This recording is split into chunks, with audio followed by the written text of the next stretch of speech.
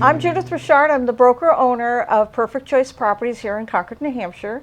And my very special guest today is John Splendore, one of the owners and the attorney for United Title and Escrow out of Manchester. Hi, good afternoon. How are you doing today, Judy? I'm doing great. How about Awesome. you? I'm doing very well, thank I think one of the things I always find very fascinating is when you have to review and go back years and stuff when you're looking at a bank-owned property or a government-owned property. What are those challenges that you can share with us? Yeah. So bank-owned properties are uniquely interesting because at some point the property was foreclosed on. So it means a prior owner gave a mortgage to a lender. Sure. And the lender probably assigned the mortgage to another entity, and that mortgage was assigned to, let's say, HUD, for example. Sure. With that borrower goes into default, HUD would have the right to foreclose on the property, meaning they can take the property as it's been pledged as collateral for the loan, and they can auction it off at public auction and ultimately evict the owners. So a lot of pitfalls can happen there. I'm sure you're aware of some of them. Some of them, yes. Been through a few of them. Exactly. So the biggest thing with bank-owned properties is, number one, with respect to the titles. I mean, you have your own set of issues. You know, if they're vacant, you got to worry about pipes getting stolen. You got to worry about the property being maintained. With respect to the actual title, we're worried that the process was followed to the letter. Every T was crossed, every I dotted. Because if it wasn't, either the borrower could challenge the foreclosure, another attorney reviewing the title could say, hey, this title wasn't any good because the foreclosure wasn't done properly. So we have to be very, very particular with how things are done. And that starts with when the owner of the property grants a mortgage to the lender. If it's not granted correctly, so we do closings every day, normal closings, you know, refinances, we do them all the time.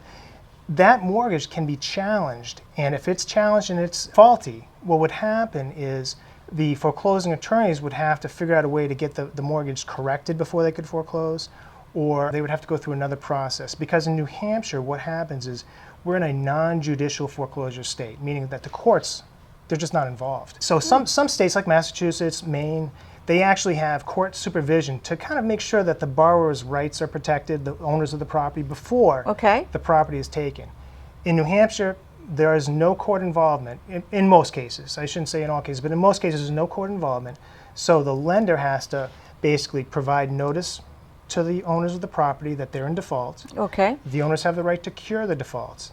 If they don't cure the default, the foreclosure process begins, and the lenders have to follow the statute step by step. Number one, they have to send out notices a certain amount of time prior to the sale of the foreclosure. Is there a certain number of notices? I have always thought it was like they had to post it, say, in the paper like 3 times or something. That's absolutely true, and those are two separate things. So in other words, they have to let the owners know by a certain statutory form of notice that they're going to be losing their property if they don't what's called reinstate the mortgage, meaning pay all the old fees and costs and whatever arrears are. Everything then, And in addition to notifying the owner, the mortgage company has to also publish in a paper of general circulation, usually the Union Leader in Manchester. For New Hampshire, it would be the Union Leader. Exactly right. What you were just saying, 3 weeks, to give notice to as many people as possible that there's a sale coming up, when the sale is, where the sale is, and what the terms of the sale are.